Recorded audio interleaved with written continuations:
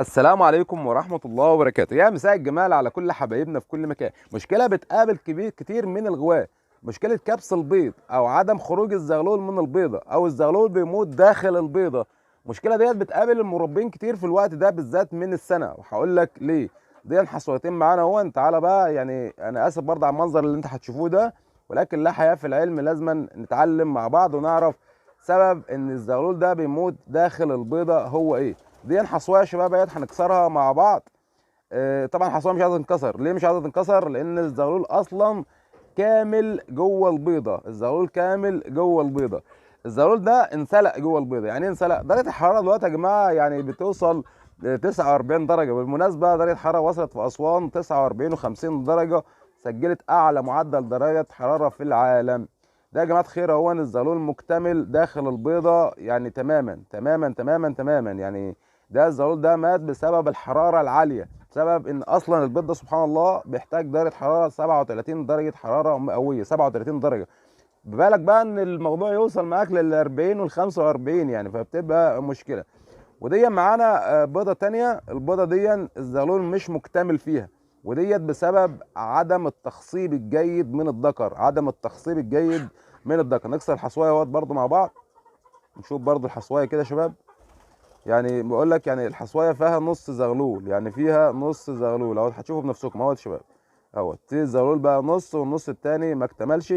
وده بيبقى عدم تخصيب جيد من الذكر. فديت الحالتين اللي كان معانا. طبعا انا ما لقيتش بيض فاضي الحمد لله تعالى. عند الحمام مخصب بشكل كويس، ولكن في بعض الذكور ضعيفه يعني. فده السبب في ان الزغاليل طيب بتكبس داخل البيض. طيب خلينا بس اوصل لمعلومه. الناس بتقول ان في زغاليل بتكبس. الكبس انا مش دولت مش حالتين كبس على فكره. دي زغلول ما اكتملش، وده زغلول مات جوه البيضه بسبب الحراره العاليه. كبس البيض ده بتبقى بسبب ان انت بتدي كالسيوم كتير وقشره البيض سميكه، فبالتالي الزغلول ما بيعرفش يخرج داخل البيضه. طيب لو لقيت درجه حراره مرتفعه يا جماعه، وانا عادد للحمام الوقت بتاعه، يعني انا بعد للحمام من الحصوايه الثانيه في الصيف 17 يوم، والزغلول بيخرج في الصيف. بعد 17 يوم في الصيف من بعد الحصوله الثانيه والزغلول بيخرج. فلو فاجي في اليوم ال 15 احط البيضه في الميه. يعني ايه تحطها في الميه؟ احطها ثانيه في الميه. بمجرد ان انا احطها في الميه واخرجها على طول، عشان تلين القشره وترطب على الزغلول من جوه، وما يحصلش عندي كبس في البيض. تعال بقى هقول لك معلومات تانية بالنسبه للحمام اللي هو بيبيض بيضه واحده. شايفين البهلوان ان شاء الله تعالى يعني. حمام البهلوان ده حمام جميله جدا. كان جايبين حصوايه واحده، جابت زغلول واحد. وده برضو الكريزلي كان جايب حصوايه واحده، وجابوا برضو زغلول واحد. هتقول لي في الحمام بيبيض حصوايه واحده؟ هقول لك اه، لما يكون نهايه عنقود بيض والحمام بيجدد عنقود بيض جديد، او لما يكون الحمام بيقلش ومفيش كالسيوم في جسمه. شايفين القلش ده بقى الريش، وده موسم القلش. فالحمام ده يشكر ان هو جاب لي حصوايه واحده، لان الحمام اصلا بيريح دلوقتي. اصلا الشتاء، الصيف مش موسم انتاج، الشتاء هو اللي موسم انتاج. ولكن ده والله العظيم كان حصوايه واحده. ده العش ده كان حصوايه واحده، والعش اللي فيه برضه كان حصوايه واحده. ولكن انا بذاكى مع الحمام شويه، بشوف حمام بيض معاه في نفس اليوم، وبقعد احط تحت دي بيضه ودي تحت دي بيضه. اهو ديك برضه كان حصوايه واحده. هتقول لي عندك الحمام، هقول لك انا الحمام عندي بفضل الله مميز. هو ده العش ده او الوش ده الوحيد اللي في السنه. ولو تلاحظوا المربين القدامى هتلاقي في الوقت ده بالتحديد من السنه، يعني في شهر 7 وفي شهر 8، الحمام ممكن يجيب عندك بيضه واحده. وده ما بيبقاش ضعف من الحمام، بالعكس بيبقى الحمام عندك مميز. لان هتلاقي في مربين بقى الفتره اللي جايه الحمام بيريح عندها نهائي. ليه؟ المربي بقى اللي ما بيهتمش بالكلفه، اللي ما بيهتمش بالفيتامينات، اللي ما بيهتمش بالاملاح المعدنيه، هتلاقي بقى عنده الوقت اللي جاي ده الحمام عندك او عند المربي ده بتلاقيه بيريح من البيض نهائي، لان هو بيقلش. وده برضه ما هوش عيب على فكره، يعني هو ده مش عيب. الطبيعي بتاع الحمام ان هو بيبدا يقلش ويغير الريش بتاعه وهكذا.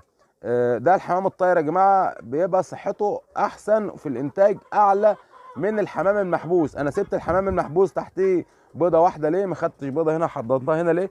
عشان اريحه، عشان ما اهلكهوش، عشان ما ان انا ما افضلش اخد منه بيض وزغاليل طول السنه. والحمام ده اصلا مش مكنه بيض، لازما النوتي دي تريح. لو تلاحظوا ان عمر النوتي بيبقى قصير عن عمر الذكور. ليه؟ لان النتايه بتستهلك من جسمها كالسيوم كتير، وبتاخد من صحتها كتير. فانا لما اسيبها تريح شويه هاخد بعد كده منها انتاج، وهاخد بعد كده منها زغاليل. ده الحمام الهندي برضو كان جايب حصوايه واحده. ده عيب فيه؟ لا، ما هوش عيب. يعني انت وريتكم كام جوز؟ يعني حوالي 5 تجواز جايبين حصوايه واحده. عشان الناس بس اللي تكتب في الكومنتات انا عندي الحمام بيحصل حصوايه واحده، اقول لك لا، ما تقلقش ما تقلقش. الحمام هو الشباب كله بفضل الله بينتج في فصل الصيف. ليه؟ لان زي ما قلت لك الاهتمام بالكلفه وبالاملاح المعدنيه وبالفيتامينات وبالكالسيوم وبالحاجات دي بتخلي عندك الحمام بفضل الله شغال صيف او شتاء. بالمناسبه احنا حضرنا بيض النفاخ هنا تحت الجوز ده.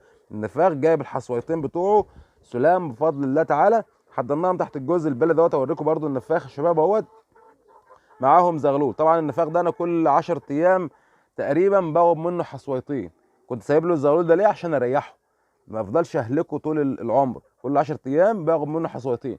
ولكن انا اول النوتي ديت ما بتحصي، النتايه النفاخ ده اول ما بتحصي بديها كالسيوم، بحط لها التحديد، بدي لها كلفه متنوعه، بهتم بيها. لازم اعمل كده. لو ما عملتش كده مش هعرف اخد منها حصويتين كل 10 ايام. وما بفضلش طول السنه اخد منها حصوتين، لا، انا بسيب لها اخد منها وشين واريحها. يعني وش اخد منها وشين واسيب لها زغلول زي كده تربيه، او احط لها حصوتين بلاستيك عشان ما تبيضش تاني، عشان ما اهلكهاش، عشان النتايه ديت عمرها ما يقصرش، عشان ما نبصش نلاقيها جايبه لي بيضه برشت او جايبه لي بيضه واحده او القصه دي كلها. لازم تعمل كده مع الحمام بتاعك. اهتم بالطيور ديت هتديك، صدقني. لو انت واخد الموضوع ده مكسب بس مش هتكسب. لو انت واخد الموضوع ده حب كده وغيه وعايز تفرخ الحمام بتاعك. على فكره انا بحب الفرخ قوي قوي، ولكن بالعقل. ما ينفعش اهلك الحمام ده على الفاضي. اقدر اخد من النتايه ديت يعني سنه او اتنين كل 10 ايام ولا كل 15 يوم حصويتين، ولكن هقصر عمرها وههلكها. ده برضو ما شاء الله الحمام الهندي.